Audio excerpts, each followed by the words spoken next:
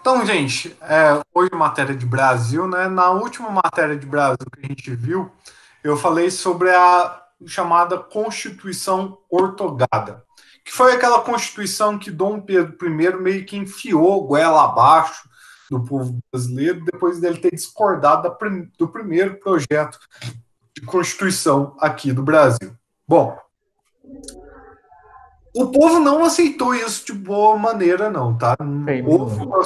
houve processos de revolta contra essa Constituição ortogada, e a principal dessas revoltas vai ser chamada Revolução Pernambucana, que vai ocorrer em 1824.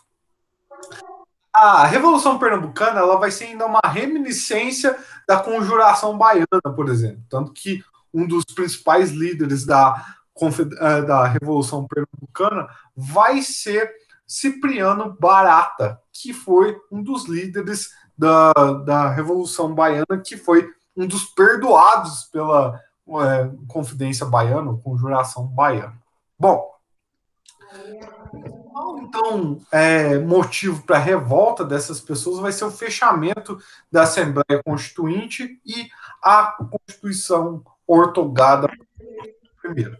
Mas haviam outros fatores ali que comungaram para esse processo de revolta da população. Diga-se de passagem, são os mesmos que afetam o Nordeste ali durante todo esse tempo. A desigualdade social entre as pessoas, a crise econômica que se abate ao Brasil, e havia também um processo de revolta contra as despesas que o governo de Dom Pedro I estava realizando. O Brasil, nessa mesma época aí, ele tá começando a se envolver com assuntos internacionais. Um deles vai ser a questão da cisplatina, que a gente vai ver daqui a pouco. E o Brasil começa, então, a ter que contratar muitas tropas mercenárias para lutar no exterior, porque o Brasil ainda não tem um exército bem formado. Esses gastos, que são gastos altíssimos, recaem, de certa forma, sobre o povo brasileiro. Bom, havia uma série de jornais de caráter liberal que circulavam na região de Pernambuco, Paraíba e Alagoas. Dentre um desses jornais estavam o Tis Pernambucano, que era chefiado assim por Frei Caneca, um padre, um frei ali da região, que foi um dos principais líderes dessa Revolução Pernambucana, também conhecida como Confederação do Equador. Bom, o processo mesmo de revolta, propriamente dito, vai estourar quando Dom Pedro I, então, resolve nomear alguém de sua extrema confiança para ocupar o cargo em Pernambuco. Isso vai levar à revolta da população por completo, que não aceitava a imposição desse político para o povo de Pernambuco. E, então, em 2 de julho de 1824, os políticos, então, da região resolvem estabelecer uma república independente no Nordeste. O nome Confederação do Equador é dado pela proximidade que a região tinha da linha do Equador. Mas cabe notar que, de modo provisório, essa república adotou a Constituição da Colômbia para poder governar ali. Dentre os vários preceitos que tinham ali dentro desse movimento, estabelecia-se ali uma república de caráter liberal, porém que mantinha a escravidão. Ou seja, ainda é um processo meio capenga liberal ali. Eles não conseguem ser totalmente liberais nesse contexto. Dom Pedro vai ter que desviar o foco um pouco das suas ações ali na Cisplatina para tentar abafar esse movimento. As tropas mercenárias, junto com algumas tropas do governo, vão conseguir abafar o movimento e 16 pessoas acabam sendo condenadas à morte. Dentre elas, o Frei Caneca. Acontece que todas essas pessoas condenadas por morte seriam enforcadas. Porém, o Frei Caneca não teve a mesma pena de morte, porque nenhum carrasco ali da região, nem do governo, teve coragem de enforcar alguém ligado à igreja. Então, Frei Caneca foi morto por fuzilamento. Essa repreensão de Dom extremamente violenta, enforcando as pessoas, e o caso do Frei Caneca chamou muita atenção, isso gerou um descontentamento ainda maior com a figura de que já sofreu um bom desgaste aí, mesmo tendo passado apenas 2 anos do seu governo. Isso vai se dar por conta que, além do fato do Brasil, do governo, repreender esses movimentos de forma extremamente violentas, o Brasil passava por um momento que o Brasil não tinha uma fonte de renda segura. Nos períodos anteriores da história que a gente já viu, o Brasil teve lá a cana-de-açúcar. Na hora que a cana-de-açúcar entrou em decadência, veio o ouro, mas o ouro já tinha esgotado também. E o Brasil não tem nenhum produto que ele consiga exportar, que ele consiga vender, gerar renda para o brasileiro. Então, as dívidas só vão aumentando durante o governo de Dom Pedro I e não se cria uma economia forte para o Brasil. Dom Pedro deu o azar de ser o governante do momento que o Brasil não tinha produzido nada. O filho dele, Dom Pedro II, vai dar uma sorte tremenda que no meio do governo dele surge um pó preto insignificante, mas que em toda casa tem esse raio desse pó preto e que vicia as pessoas, que é o café. Se não fosse o café, o governo de Dom Pedro II seria tão ruim quanto o de Dom Pedro I e teria talvez a mesma duração dos dois governos, tá?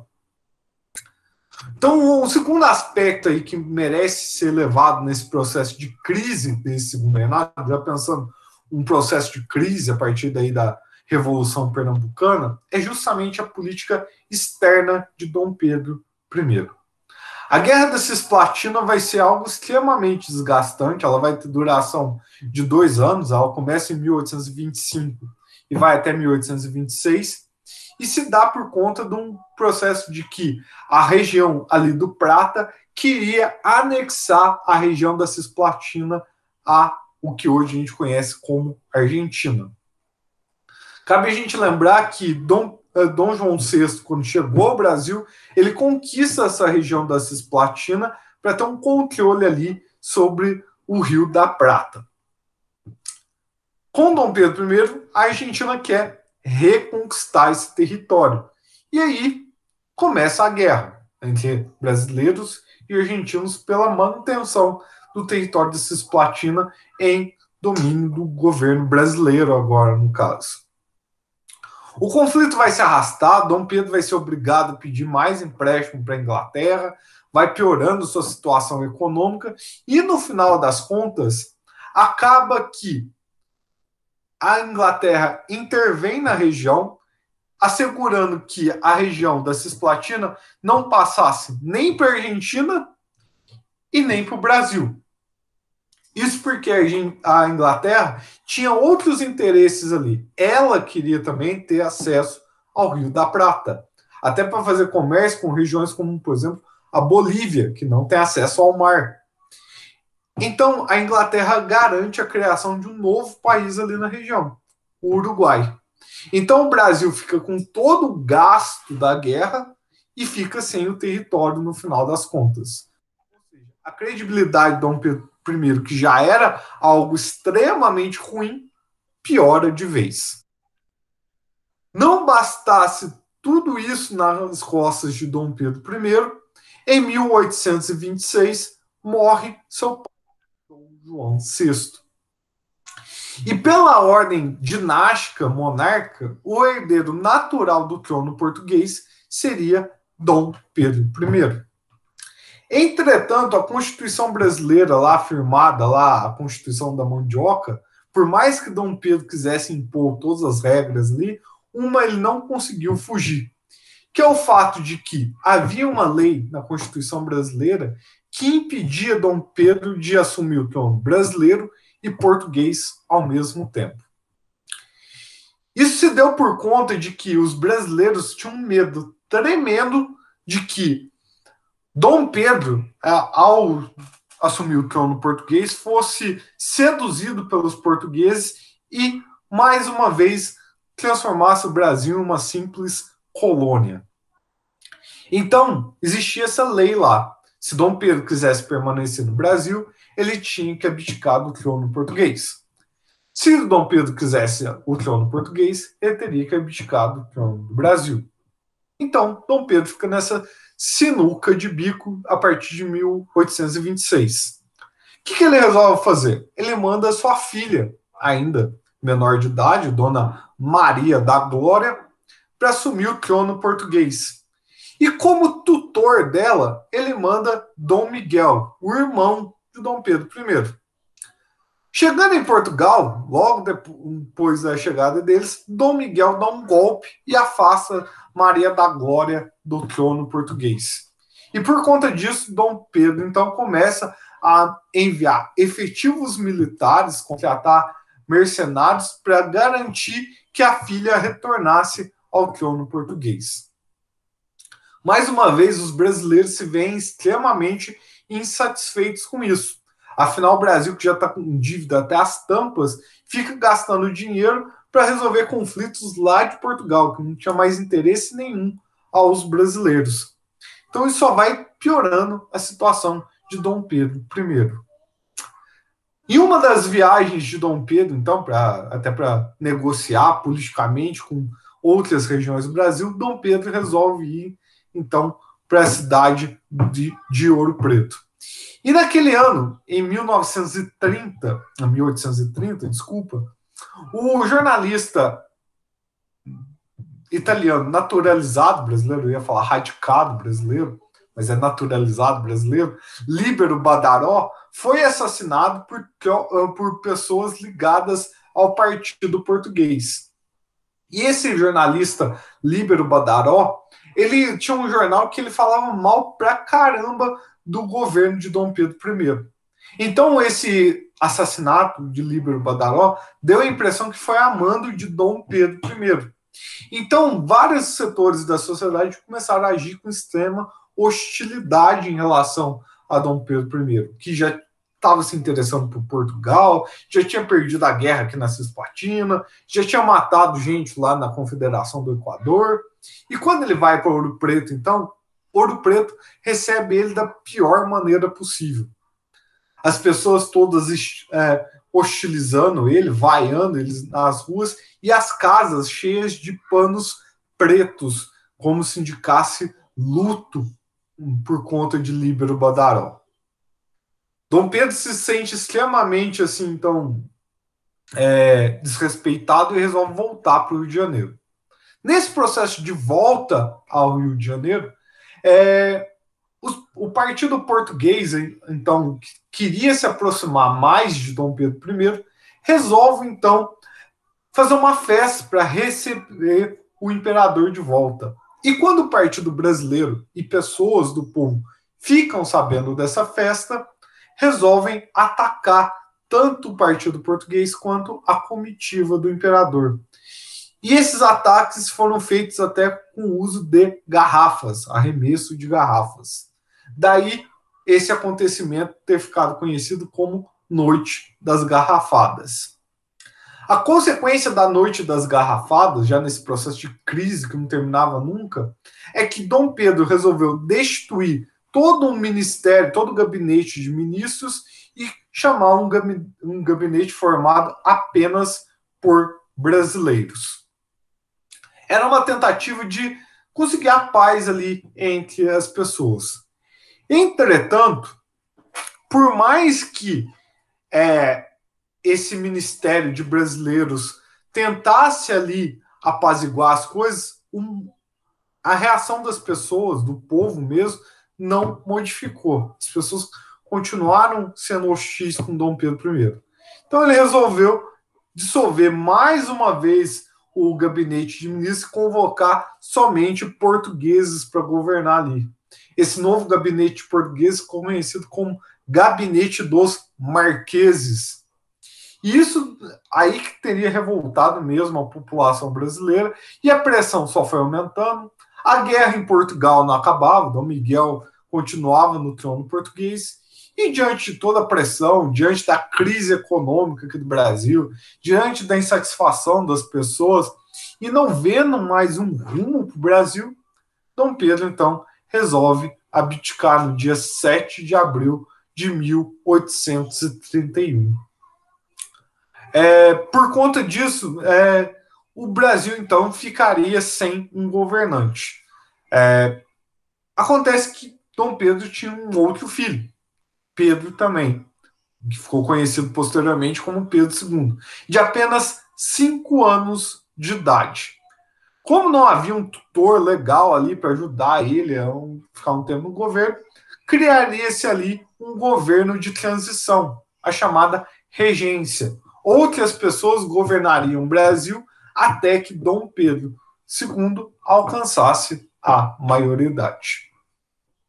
Ficou alguma dúvida aí nessa parte da crise do segundo reinado, gente? Não. Não. Então, beleza. Então, a regência ela vai ser vista pela história, em geral, como um governo de transição. E pela primeira vez na história, a gente pode falar que a independência do Brasil foi, de fato, concretizada. Isso porque, pela primeira vez na história, o Brasil é governado por brasileiros. Por mais que Dom Pedro tivesse tentado se aproximar dos brasileiros, mas ainda havia um laço com Portugal. A partir da regência, esse laço foi definitivamente rompido. E mesmo com Dom Pedro II, depois, ainda dentro da mesma família dos Bragança, essa ligação com Portugal já não existia mais. Então a regência ela serve para, de fato, decretar a independência definitiva do Brasil. A partir da regência, não existe mais um jeito de Portugal e Brasil se unirem novamente. Vai ser um processo em que, um período, desculpa, em que o Brasil continua numa crise financeira horrorosa e que a falta de um governo central forte, como era o de Dom Pedro I, vai fazer com que surgissem diversos movimentos emancipacionistas no Brasil. A gente pode citar aí a cabanagem, a balaiada, a sabinada e a farroupilha como movimentos que queriam se emancipar do Brasil ou que pelo menos queriam independência até a volta de Dom Pedro II. Alguns movimentos, como por exemplo a farroupilha, ela vai perdurar até depois que Dom Pedro se torna imperador. Então vai se arrastar um tempinho a mais aí. Dentro dessas revoltas regenciais, que a gente chama, durante muito tempo se estudou a revolta dos malês também nesse mesmo contexto. Outras pessoas já estão vendo a revolta dos malês em outro contexto. Um contexto mais cultural e mais racial. Mas eu vou falar das revoluções numa outra aula, provavelmente na semana que vem para vocês. Bom, a regência ela pode ser separada em pelo menos 3 períodos aí. O primeiro período, que é o período das regências, da regência provisória, que ela é só montada ali para ser convocada uma eleição para se eleger novos regentes, então ela não vai fazer praticamente nada. Já a regência trina permanente vai ser a primeira convocada com o intuito de montar uma Constituição, alterar a Constituição para uma Constituição de caráter mais liberal. E essa primeira regência ela já vai enfrentar a questão da descentralização do poder. As pessoas, as diferentes regiões do Brasil não vão aceitar ordens dessa regência.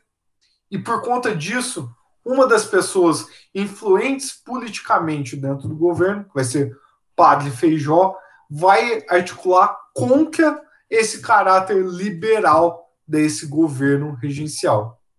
E aí, por conta disso, essa regência trina não vai funcionar e vai passar a ver, então, uma regência una, que aí o primeiro regente uno do Brasil, ou seja, o Brasil sendo regido por apenas uma única pessoa, vai ser justamente o padre Feijó aí, que é o cara que agiu contra esse processo.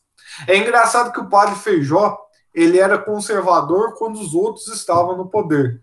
Mas quando ele chega no poder, ele age de forma liberal em vários aspectos aí, como a gente vai ver. Bom,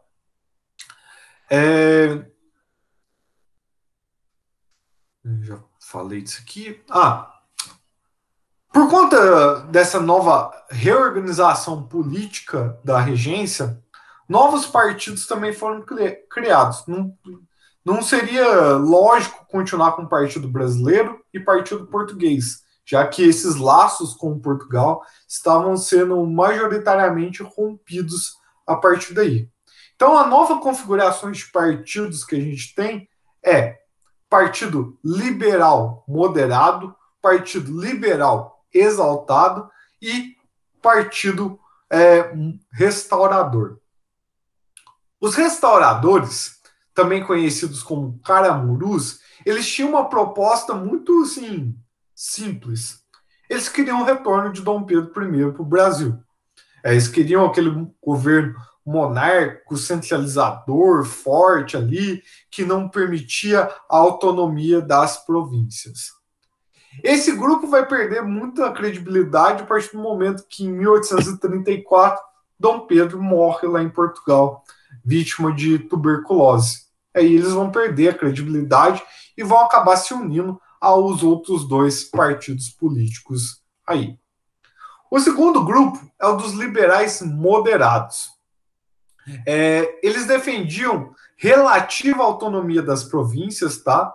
Então, as províncias elas deveriam ter o direito de se autogovernarem, de conseguirem ali estabelecerem alguns impostos, algumas leis locais. Aproximando-se muito do modelo federalista que a gente usufrui hoje em dia. Mas mantendo sempre a estrutura do governo monárquico, tá? Uma monarquia de caráter constitucional. Aquela monarquia pensada lá na primeira tentativa da Constituição brasileira, antes do Dom Pedro meter o dedo na Constituição. Defendia uma divisão de poderes, assim, com esse grupo elitista, só que ainda defendia práticas extremamente antiliberais. Uma delas, a manutenção da escravidão. Isso porque esse grupo dos liberais moderados, ele é composto majoritariamente por produtores rurais da região do Sudeste, os grandes fazendeiros ali, que vão ser justamente as pessoas que vão dar, ou pelo menos as famílias que vão dar o pontapé na produção de café aqui no Sudeste. Esse grupo dos liberais moderados também é conhecido em alguns materiais como chimangos, tá? E por fim, o último partido que vai ser criado aí são dos liberais exaltados, conhecidos também como farroupilhas ou como jujubas.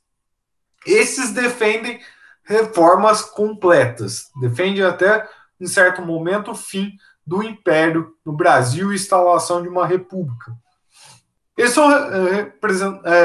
representam grupos urbanos, burocratas, profissionais autônomos como médicos, engenheiros, soldados de baixa patente. Então eles querem uma descentralização ainda maior, uma autonomia completa das províncias e uma Constituição que englobe todas as pessoas, inclusive pensando no fim da escravidão. Ou seja, esse grupo quer mudar tudo que tinha aqui no Brasil. Por conta dessas divergências políticas que vão surgir por conta desses partidos políticos, é que o regente, então, o padre Feijó, resolve, então, criar um dispositivo para controlar qualquer revolta de caráter emancipacionista aqui no Brasil. E ele acaba criando a Guarda Nacional. A Guarda Nacional, ela vai ser composta por fazendeiros dispostos a agir voluntariamente. Isso porque o Brasil não tinha dinheiro para montar um exército aqui no Brasil. Então, era necessário que pessoas se empenhassem a serem o braço militar desse regime. E é daí que vai nascer um dos fenômenos que vai ter mais perpetuação ao longo da história do Brasil, quase 100 anos aí de história, permaneceu esse fenômeno, que é o fenômeno do coronelismo. Esses fazendeiros que se voluntariaram para compor a Guarda Nacional, eles vão adquirir um título militar, um título de coronel, e vão ter a permissão de montar milícias armadas para controlar movimentos emancipacionistas, mas que eles vão acabar utilizando para controlar as populações locais, controlar as eleições, adquirirem benefícios através da troca de favores, através da opressão violenta. Então, esse dispositivo da Guarda Nacional, que a princípio serviria apenas para manter a unidade do território brasileiro, se tornou uma verdadeira via de corrupção aqui no Brasil. Uma outra coisa que acontece durante o governo do Padre Feijó é a montagem do chamado Ato Constitucional Adicional. Como eu disse, o Padre Feijó era conservador enquanto ele era oposição e liberal enquanto estava no governo. Feijó, junto com o Congresso Brasileiro, resolve, então, beneficiar as províncias com uma relativa autonomia. A partir do ato adicional, as províncias poderiam contratar empréstimos, formular leis, contratar empréstimo no nome da própria província, por exemplo, Minas Gerais pedisse a um banco americano um empréstimo. Não teria nada a ver com o Brasil, as garantias não teriam que ser dadas pelo Brasil, apenas pela província de Minas Gerais. Isso, de certa forma, foi algo extremamente benéfico para os estados e extremamente oneroso para o governo central, uma vez que os estados começaram a enriquecer de forma autônoma ao governo central no Rio de Janeiro. Alguma dúvida até aqui, gente? Não. Bom, gente, da matéria da regência, por enquanto, antes de eu entrar nas revoltas propriamente dito, era isso que eu queria falar. Eu vou deixar as revoltas para a semana que vem, porque é um bloco muito grande. Então, se a gente for estudar, melhor estudar tudo de uma vez do que ficar picando elas de uma em uma, tá? Então, o que hoje da regência, eu queria falar só isso mesmo. Só para a gente combinar, tá? Sexta-feira, então, agora tem mais uma aula de geral. Na semana que vem, mais uma aula de Brasil. E no dia 10, então, nossa avaliação que já está pronta lá. Falta colocar no grupo. Já postei lá no grupo do WhatsApp, então, o resumão das questões da prova, né? As temáticas da prova. E no dia 8, então, combinado de vocês mandarem lá pelo Cleber também os trabalhos lá da atividade avaliativa nos 7 pontos. Certinho? Não esqueça de mandar para mim o resultado de vocês do simulado para eu calcular as notas certinho. Tá bom. Certo. Tá. Então, vou encerrando aqui, vou despedindo de vocês também. Curti um pouco do Heitor, porque